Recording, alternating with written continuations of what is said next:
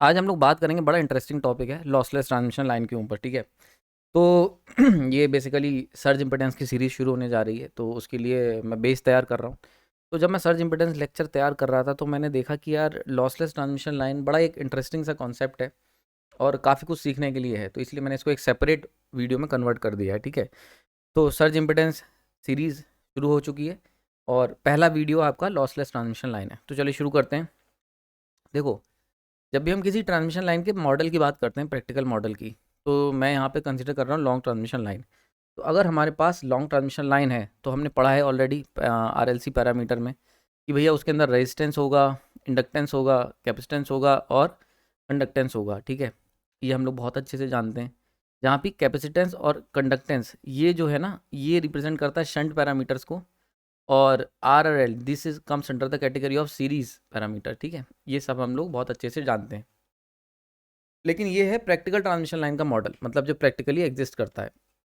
यहाँ पे अगर मैं आप लोग इसको ध्यान दें कि यहाँ पे आर और एल ये क्या है, ये सब के सब आपके ठीक है। तो ये हम लोग बहुत अच्छे से जानते हैं ना। यहाँ पे अगर ध्यान दो कि आर और एल, इसमें आर पैरामीटर जो होता है यानी कि resistance, this one representing the losses in the conductor, ठीक है। तो ये क्या है, जो कंडक्टर के अंदर लॉसेज होंगे उसको रिप्रेजेंट करता है। तो ये कब लिया जाता है, जब लॉसी कंडक्टर होता है, यानी कि एक प्रैक्टिकल कंडक्टर। जब भी हम ट्रांसमिशन लाइन को कंसिडर करते हैं तो प्रैक्टिकल अगर कंडक्टर ले रहे हो तो वहाँ पे लॉस हो रहे होंगे, तो रेजिस्टेंस जो है ये लॉस को रिप्रेजेंट करता है जो कंडक्टर के अंदर हो रहे हैं। वहीं पे अगर जी की बात कर लेते हैं, ये वैसे तो जी कंडक्टेंस होता है, कंडक्टेंस। बट कंडक्टेंस का मतलब क्या होता है, कंडक्टेंस का मतलब होता है कितना ईजिली फ्लो हो रहा है करंट, कहाँ पर, बड़ा इंपॉर्टेंट वर्ड है। तो यहाँ पे कंडक्टेंस रिप्रेजेंट करता करा जाता है लीकेज करंट के ईजीनेस के लिए। लीकेज करंट कितनी आसानी से फ्लो हो रहा है, कितना ईजीनेस के साथ फ्लो हो रहा है थ्रू द इंसुलेटर। तो यानी कि ये भी रिप्रेजेंट करता है लॉसेज इन द डाइलेक्ट्रिक। समझ में आ रही बात ये। तो अगर कंडक्टेंस की वैल्यू ज़्यादा है, इसका मतलब डाइलेक्ट्रिक में लॉसेज ज़्यादा हो रहे हैं, ठीक है। परेशान मत हो, कंडक्टेंस के ऊपर सेपरेट बढ़िया सा लेक्चर बस तैयार हो रखा है, थोड़े दिन में अपलोड करूंगा मैं। तो वहाँ पे हम लोग कंडक्टेंस को बहुत डिटेल में जानेंगे। तो अभी इतना समझ लो कंडक्टेंस किसकी। देखो कंडक्टेंस क्या है, वैसे तो कंडक्टेंस है ईज ऑफ फ्लोइंग करंट, ठीक है। तो कंडक्टेंस तो अच्छी बात है, लेकिन जब हम बात करते हैं डाइलेक्ट्रिक की या इंसुलेटर की, तो वहाँ पे कंडक्टेंस जो होता है वो लॉस को रिप्रेजेंट करता है। क्यों? क्योंकि अगर एक इंसुलेटर के अंदर ईज ऑफ करंट है, ईज ऑफ करंट फ्लो है, तो वो तो बेकार चीज़ है, यानी कि वो रिप्रेजेंट कर रहा है कि इंसुलेटर तुम्हारा बेकार है, ठीक है। तो जितना ज़्यादा ईज़ है फ्लो की, लीकेज करंट उतना ज़्यादा होगा, और जितना ज़्यादा लीकेज करंट होगा उतना ही बेकार इंसुलेटर होगा, ठीक है। समझ में आ रही बात ये। तो इसीलिए ट्रांसमिशन लाइन के अंदर जी, देखो इसीलिए जी ये आपके पैरेलल में लगाया जाता है, शंट में लगाया जाता है, ना कि सीरीज में। अगर हम, क्योंकि यहाँ पे हम इस कंडक्टर के अंदर के करंट की ईजीनेस की बात नहीं कर रहे हैं, हम बात कर रहे हैं इंसुलेटर, यानी कि air act as an insulator. तो एयर में कितना करंट लीक आउट हो रहा है, तो उसकी ईजीनेस की बात कर रहे हैं। So that's why G will act as a G will signify the losses in the dielectric, या इंसुलेटर के अंदर क्या लॉसेज हो रहे हैं एयर एज एन इंसुलेटर अगर हम ले रहे हैं, ठीक है। तो मोटे मोटे क्या बात निकल के आई, अगर आर हमने लिया है तो आर ये दिखा रहा है कि लॉसी कंडक्टर है। समझ में आ रही, आर का होना, आरएलसी पैरामीटर में आर का होना क्या दिखा रहा है कि जो तुम्हारा कंडक्टर है वो एक लॉसी है, यानी कि लॉस वाला कंडक्टर है जिसमें लॉसेज हो रहे हैं। वहीं पे जी का होना सिस्टम के अंदर ये दिखा रहा है कि जो तुम्हारा इंसुलेटर है वो क्या है, वो भी लॉसी है। तो ये लॉसी वर्ड बहुत पॉपुलर है, काफ़ी बार एग्जाम में पूछ लिया जाता है। तो दोनों के अंदर, यानी कि अगर जी है तो ये दिखा रहा है कि इंसुलेटर, यानी कि एयर जो तुम इंसुलेटर लेके इतना खुश थे, वो एक प्रैक्टिकल इंसुलेटर है, और प्रैक्टिकल इंसुलेटर है तो लॉसेज उसके अंदर होंगे, तो लॉसी इंसुलेटर है। तो अल्टीमेटली आर एंड जी ये बोथ रिप्रेजेंट करते हैं लॉस वाली ट्रांसमिशन लाइन, यानी कि लॉसी ट्रांसमिशन लाइन को रिप्रेजेंट करते हैं। यानी कि इस ट्रांसमिशन लाइन में जो आर और जी जो हमने लिए हैं, ये दोनों क्या बनाते हैं इस ट्रांसमिशन लाइन को, प्रैक्टिकल ट्रांसमिशन लाइन, या और कह सकता हूँ मैं लॉसी ट्रांसमिशन लाइन को सिग्निफाई करते हैं, ठीक है, लॉसी ट्रांसमिशन लाइन को। लेकिन अगर मैं एक कल्पना करूं एक आइडियल ट्रांसमिशन लाइन की, एक ideal transmission line, ideal transmission line, ideal word जब भी हम इस्तेमाल करते हैं चाहे ट्रांसफार्मर में करें, तो आपको याद होगा हम लोग आइडियल का मतलब जिसमें लॉसेज जीरो हो जाएं। तो अगर कोई ट्रांसमिशन लाइन है जिसके अंदर लॉसेज जीरो हैं, ठीक है, तो वो आइडियल ट्रांसमिशन लाइन हो जाएगी। तो मतलब लॉसेज इक्वल टू जीरो। अब लॉसेज कौन से लॉसेज, ना केवल कंडक्टर के लॉसेज यानी कि आर इक्वल टू जीरो, बल्कि डायलेक्ट्रिक के भी लॉसेज यानी कि जी इक्वल टू जीरो कर दिया जाता है। समझ में आ रहा है। तो जब भी हम ऐसी किसी ट्रांसमिशन लाइन की चर्चा करेंगे जो कि आइडियल है, जिसके अंदर लॉसेज नहीं है, वो कहलाएगी हमारी लॉसलेस ट्रांसमिशन लाइन। तो यहाँ से शब्द इंट्रोड्यूस हुआ लॉसलेस ट्रांसमिशन लाइन, बड़ा इंटरेस्टिंग वर्ड था, ठीक है। तो हर बार जब भी अगर आपने एमसीक्यू करे होंगे, सब लोग रट लेते हैं लॉसलेस ट्रांसमिशन लाइन मतलब R equal to zero, G equal to zero, पर क्यों जीरो, इसको समझना बहुत ज़रूरी है, ठीक है। तो इसीलिए मैंने इसके लिए एक सेपरेट वीडियो बनाया है, पूरा टाइम दे रहा हूँ मैं इस टॉपिक पे। जी को क्यों जीरो करा गया, ये एक बड़ा इंटरेस्टिंग क्वेश्चन है। आर तो जीरो समझ में आता है क्योंकि आर रिप्रेजेंट कर रहा है लॉसेज इन द कंडक्टर, पर जी को क्यों जीरो कर दिया? तो जी को जीरो कर दिया, इसका रीजन अभी मैंने आपको बताया, क्योंकि जी रिप्रेजेंट कर रहा है easiness of the flow of leakage current, और लीकेज करंट रिप्रेजेंट कर रहा है लॉसेज इन द डाइलेक्ट्रिक, तो इसलिए जी रिप्रेजेंट कर रहा है लॉसेज इन द डाइलेक्ट्रिक को।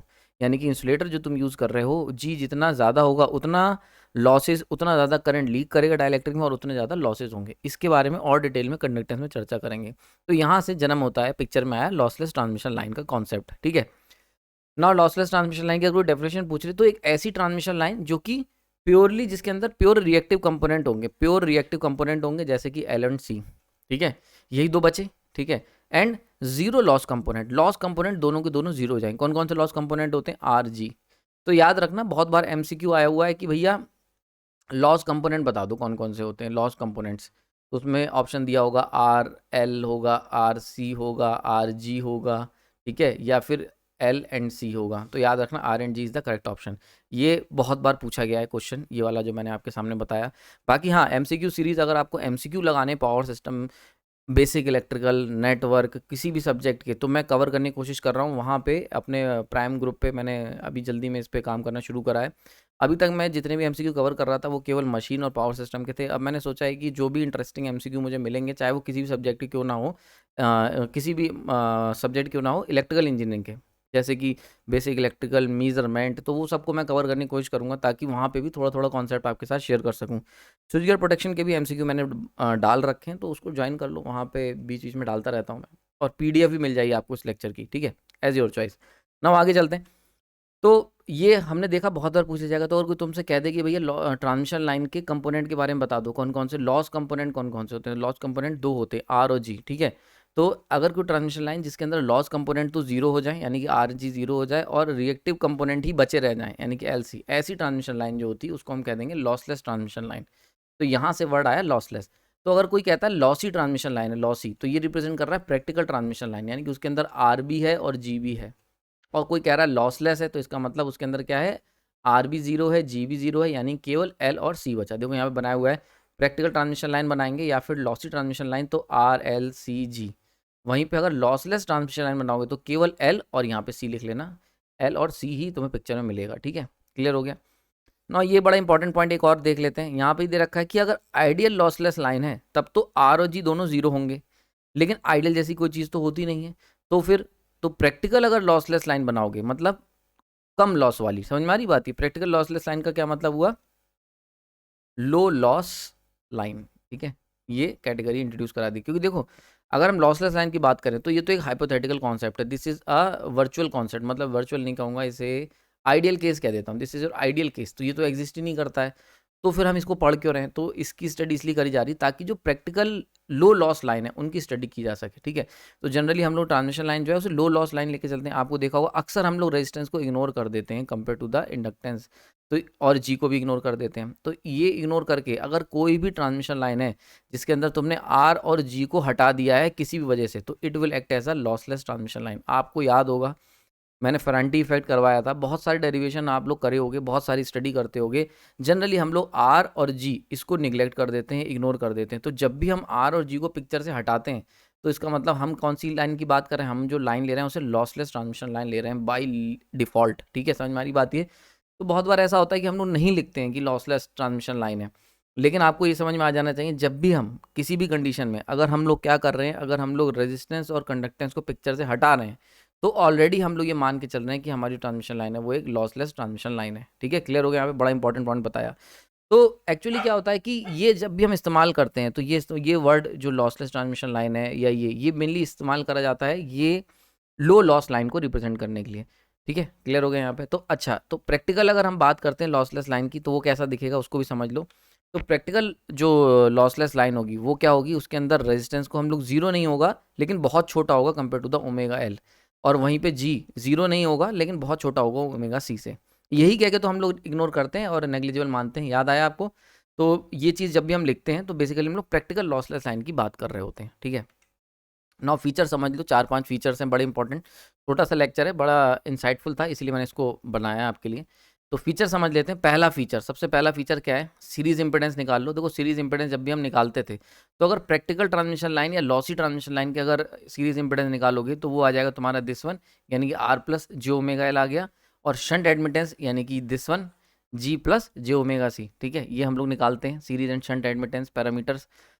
लेकिन अगर वहीं पे हम लॉसलेस ट्रांसमिशन लाइन की बात करेंगे तो वहाँ पे क्योंकि आर बहुत छोटा है compare to the J omega L, हमने लिखा था ना पीछे आर बहुत बहुत छोटा है जे ओमेगा एल से, तो इसलिए इसे पिक्चर से बाहर कर देंगे और यहीं पे जी को, तो कितना बचेगा हमारे पास j omega L and Y equal to shunt admittance equal to j omega C. तो पहला तो ये पॉइंट समझ में आ गया होगा। तो जब भी लॉसलेस ट्रांसमिशन लाइन लोगे या फिर जब भी तुम z इक्वल टू केवल जे ओमेगा एल एज्यूम करोगे, मतलब जब तुम्हारे लिए सीरीज पैरामीटर का सिंपल सा मतलब हुआ इंडक्टेंस, तो मतलब समझ लेना तुम लॉसलेस लाइन की बात कर रहे हो इनडायरेक्टली। समझ में आ रही बात ये।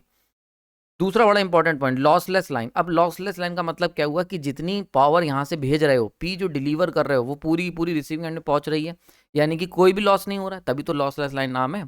तो लॉसलेस लाइन का मतलब किसी भी तरीके के, यानी कि लॉसेज इक्वल टू जीरो हो गए। अब लॉस जीरो हो जाएंगे तो पी इनपुट इक्वल हो जाएगा पी आउटपुट के, सिंपल सा है। समझ में आ रही है। तो इसीलिए क्या होगा, पी अगर लॉसलेस ट्रांसमिशन लाइन ले ली तो ऐसे केस में जितनी पावर डिलीवर कर रहे हो उतनी ही पावर रिसीविंग एंड पे पहुंचेगी, कोई पावर लॉस नहीं होगा between source and load and. ठीक है, नेक्स्ट थर्ड पॉइंट देख लो, लॉसलेस ट्रांसमिशन लाइन में बड़ी इंपॉर्टेंट चीज़ आ जाती है। अगर आपकी ट्रांसमिशन लाइन लॉसलेस है तो जो लाइन के कंडक्टर्स हैं वो परफेक्ट कंडक्टर की तरह वर्क करेंगे, यानी कि रेजिस्टेंस इक्वल टू जीरो, कोई भी किसी भी तरीके का वहाँ पे रेजिस्टेंस नहीं होगा। और डायलैक्ट्रिक जो होंगे वो परफेक्ट इंसुलेटर की तरह वर्क करेंगे, बड़ा important. Perfect insulator means no leakage, no leakage, no leakage current. अब करंट लीकेज नहीं हो रहा है, इसका मतलब क्या हुआ कि जो रेजिस्टेंस है इंसुलेटर का वो कितना है, इन्फानाइट है, तभी तो करंट लीक नहीं होगा। और रेजिस्टेंस इन्फानाइट का मतलब कंडक्टेंस इक्वल टू जीरो। ठीक है, तो यहाँ से ही लॉजिक लगा के हम लोग निकालते हैं। ठीक है, क्लियर हो गया यहाँ पे।